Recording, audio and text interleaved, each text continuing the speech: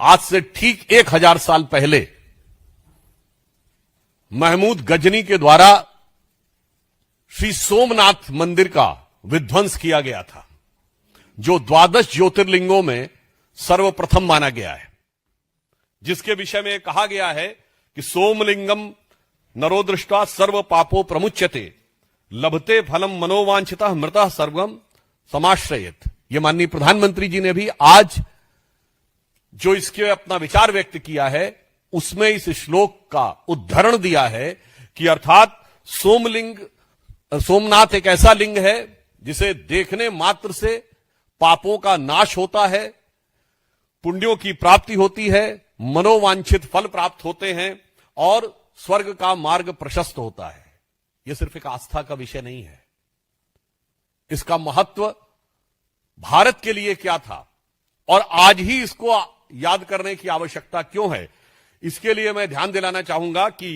जब सोमनाथ की पुनर्स्थापना हो रही थी तो 11 मई 1951 को भारत के प्रथम राष्ट्रपति डॉक्टर राजेंद्र प्रसाद जी ने कहा था at the inaugural ceremony of Somnath, it is my view that the reconstruction of Somnath temple will be completed on the day when not only the magnificent edifice will arise on the foundation, but the mansion of India's prosperity will be really that prosperity of which ancient temple Somnath was a symbol. अर्थात उन्होंने कहा कि सोमनाथ की पूर्ण प्रतिष्ठा उस दिन नहीं होगी जिस दिन उस दिन नहीं होगी जिस दिन भव्य रूप में वह मूर्ति और मंदिर प्रतिष्ठापित होगा, बल्कि उस दिन पूर्ण मानी जाएगी जिस दिन भारत की समृद्धि का शिखर भी उसी प्रकार उठता हुआ दिखाई पड़ेगा जिस समृद्धि से आकर्षित होकर यह क्रूर बर्बर आतंकी आक्रमण किया गया था। और आज 1000 वर्ष के बाद अगर हम देखें तो 1951 में सरदार पटेल के प्रयास से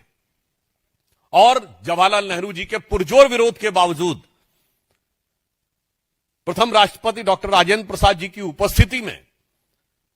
यह स्वप्न साकार हुआ था। और आज प्रधानमंत्री श्री नरेंद्र मोदी जी के नेतृत्व में जो बात डॉक्टर राजेंद्र प्रसाद जी ने कही थी कि समृद्धि की तरफ जब भारत बढ़ेगा तो यह पूर्ण होता हुआ दिखाई पड़ेगा, तो आज पूर्णता की तरफ बढ़ रहे हैं जब हम चौथी बड़ी इकोनॉमी है